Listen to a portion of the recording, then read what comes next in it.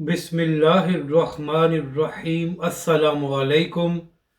آپ دیکھ رہے ہیں یوٹیوب چینل پاک نیوز۔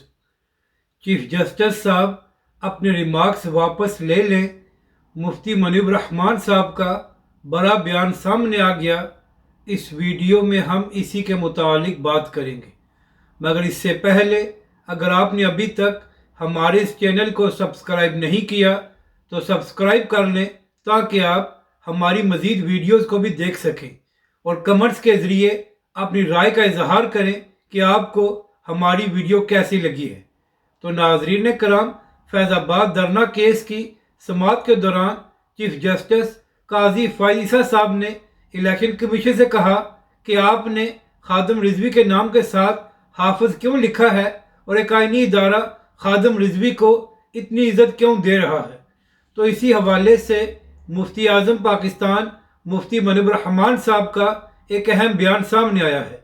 مفتی منیب الرحمان صاحب نے اپنے بیان میں کہا ہے کہ علامہ خادم حسین رضوی علیہ رحمہ قرآن کے حافظ تھے، تو لہٰذا اس لیے ان کے نام کے ساتھ حافظ لکھا جاتا ہے۔